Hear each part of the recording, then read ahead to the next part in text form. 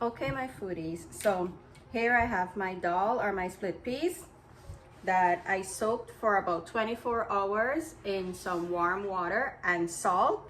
I soaked it that long because you want to make sure that when you try to break it with your finger, see, it broke with my nail, it breaks really easy, right? Because if you don't soak this, it's going to be really hard to bite, hence the name Bruck Teeth. So I just have it here on a tray.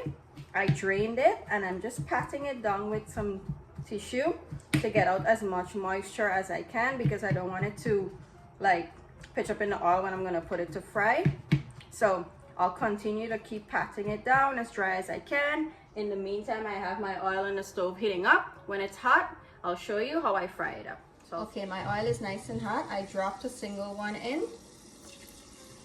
See, that's what you're looking for.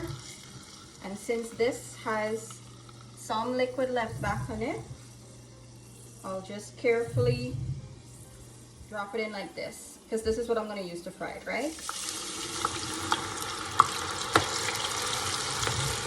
You want to be very careful when you're making this, because as you can see, it does flare up a little bit and it makes a little bit of mess, but it's worth it.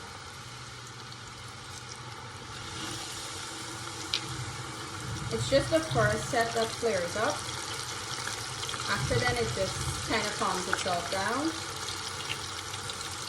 I'll continue to add as much as the pan can take.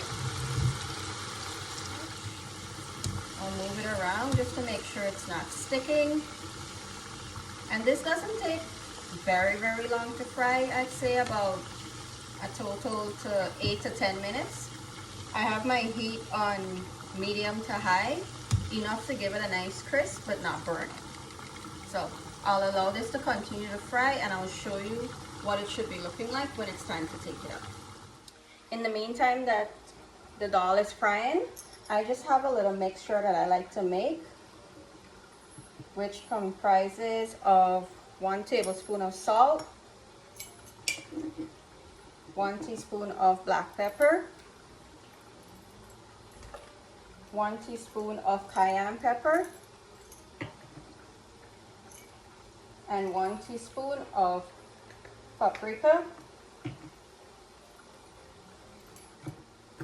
I'll give this a mix. This is what I usually mix up my Bruck Teeth with after it's done frying, so that it can have some flavor. Usually the norm is just salt and black pepper, or even just salt, but I like to add a little kick to mine, which is why I did the paprika and the cayenne pepper, but that's totally optional. However you'd like yours to taste, definitely go ahead and add the things that you like. Okay, so this is nice and mixed in. I gave it a taste. It's perfectly fine. I'll put this aside, and when my dhal is finished frying, as soon as it comes out of the oil and it drains on the tissue, you'll see how I go about seasoning it. Okay, so it's been about 10 minutes since the dhal has been frying. See how it's starting to float up to the top of the oil? That's a good indication that it's almost done. Right now, depending on how crunchy you like your dhal, you can just go in, take one out, blow it off a little bit, let it cool down as much as it can.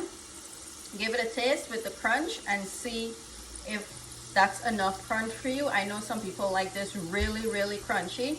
I like mine to have just a nice light crunch, because when this gets cold, it's going to harden up a little bit more. So this is where I'm going to take mine out. See that nice golden brown color? And remember, when you're frying things, when you take it out of the oil, it's one color. When it cools down, it's a different color. I just have a plate with some tissue at the corner here.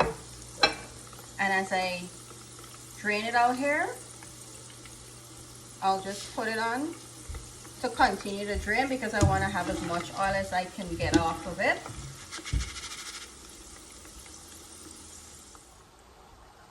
Okay, so here I have the first batch that I would have fried.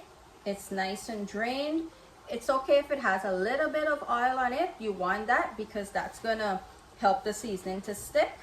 I'm just going in with a couple extra pats to make sure that I get off a little bit more. And whilst it's still hot, I'll add it into a bowl here.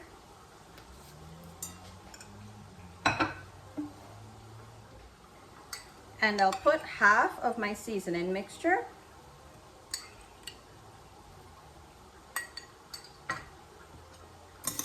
And I'll just mix it up.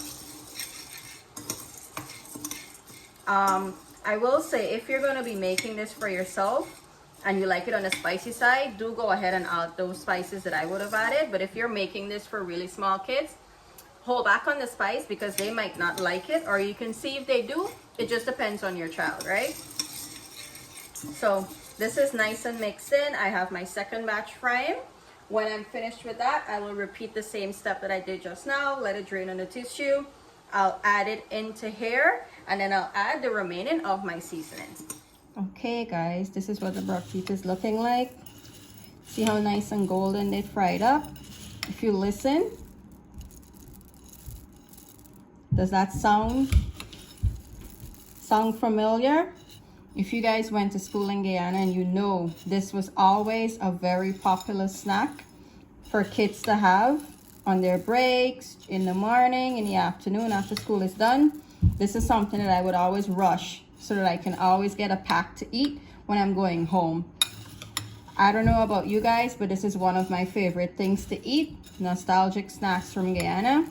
So I'll just go in with a few, give it a taste, and hopefully you can hear the crunch when I bite into it.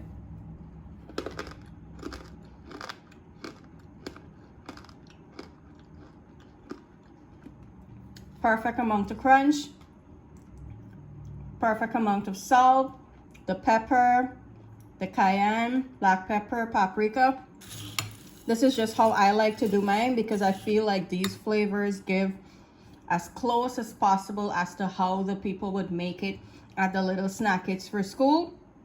So if you guys want to give this recipe a try, definitely go ahead. I promise you, you will absolutely love it. Of course, do like, share, and drop a comment on the video. And also follow me on TikTok and Instagram at I'mAFoodieGirl_94.